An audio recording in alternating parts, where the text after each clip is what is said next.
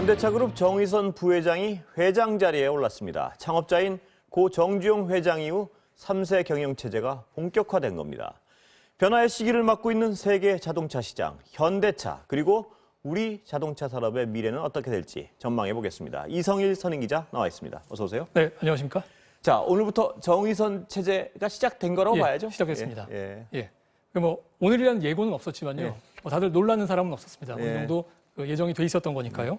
공식 취임은 오늘인데 정의선 회장은 사실 이미 현대차 그룹에서 서서히 가장 중요한 자리를 이제 차지하고 있었던 거거든요.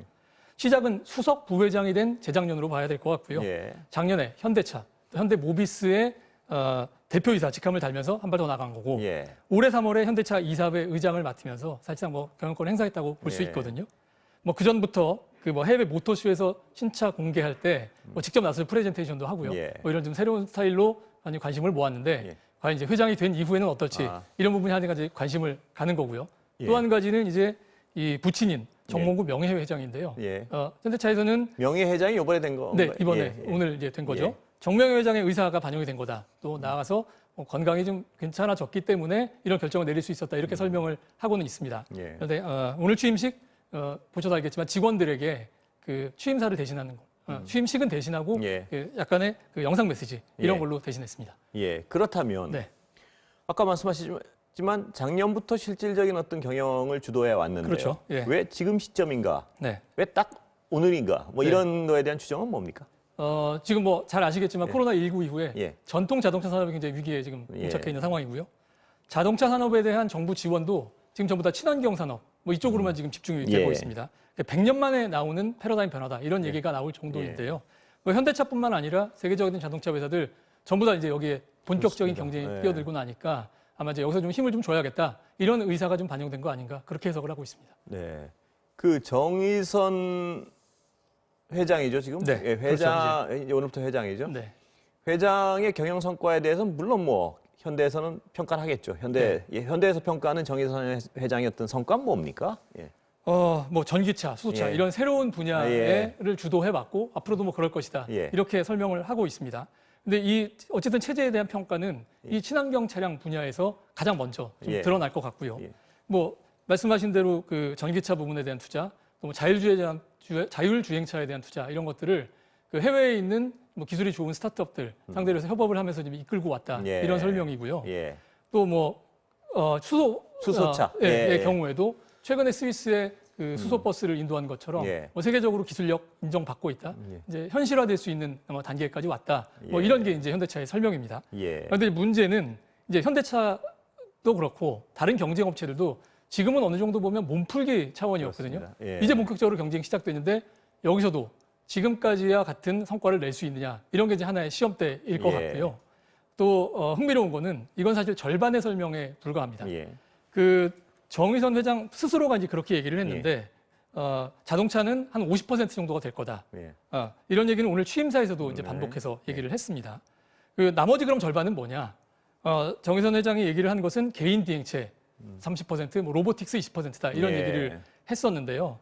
개인 비행체 경우는 이런 겁니다. 최근에 이제 구글과 협업을 통해서 이제 새로운 기술 개발을 하기 시작을 했는데 몇백 명씩 타고 다니고 몇 시간을 타고 가는 도심 택시 이런 건가요? 그렇죠. 그러니까? 장거리 예. 비행 아니고 몇십 분 가는 거, 서너 명이 타는 무인 드론으로 사람 타고 다니는 거 이런 그렇죠. 게 포함되는 거겠죠? 큰 드론 같은 것들이 이제 자동차를 대체할 거다. 이런 이제 예상을 하고 거기에 대응하겠다. 이런 거거든요.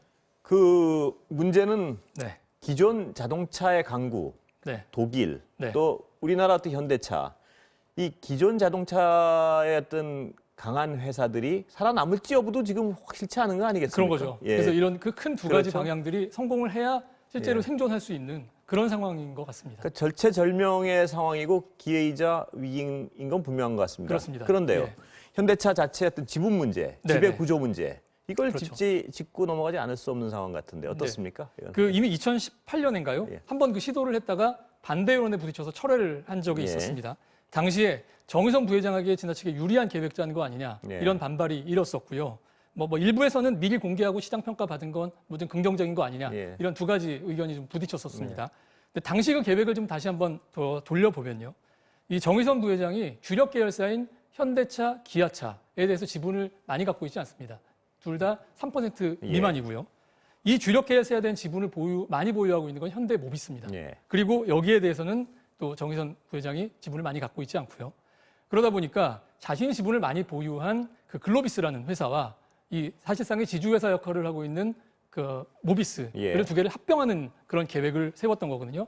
그래서 기아차와 현대차에 대한 지배력을 간접적으로 높이는 그런 방향을 짰던 겁니다. 네. 자, 이제 다시 회장으로 이제 취임을 했으니까 이런 비슷한 방안을 다시 추진할지 예. 아니면 완전히 새로운 계획을 내놓을지 이게 또 하나의 중요한 관심사인 것 같습니다. 케이스는 다르지만 삼성의 경우 그러다가 사단이 난 거 아니겠습니까? 그렇죠. 지금까지 좀 비슷하죠? 교도소의 담장을 걷고 있는 이유가 이런 사안이었는데요. 네.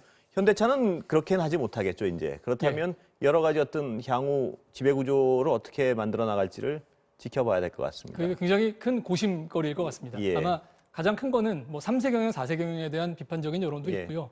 이거는 뭐 전문 경영보다 더 좋은 경영 성과를 내면 예. 어느 정도 의혹을 해소할 수 있다고는 하지만 과연 승계를 어떤 방식으로 적법한 방법으로 할지의 예. 문제에 대해서 적법하게는 하겠죠, 이제. 아마 그럴 겁니다. 예, 예. 적법하게는 할 것이라고 봐도. 네. 그러나 방금 잠깐 언급하셨지만 아무리 승계를 적법하게 한다는 전제 하에서 그럼에도 불구하고 제3 그 3세대 경영이라는 것 자체에 대한 어떤 비판적인 시각이 있는 것도 분명하지 않습니까? 그렇죠. 예. 그것도 넘어야 될 하나의 산이라고 봐야 됩니다. 예, 한국 지배 구조는 언제까지 저렇게 1, 2, 3, 4 뭐 이렇게 계속 이어져 나갈 것인가? 여기에 예. 대한 근원적인 비판이 있는 것도 사실인 것 같습니다. 네. 예. 그리고 다른 얘기로 넘어가 볼까요?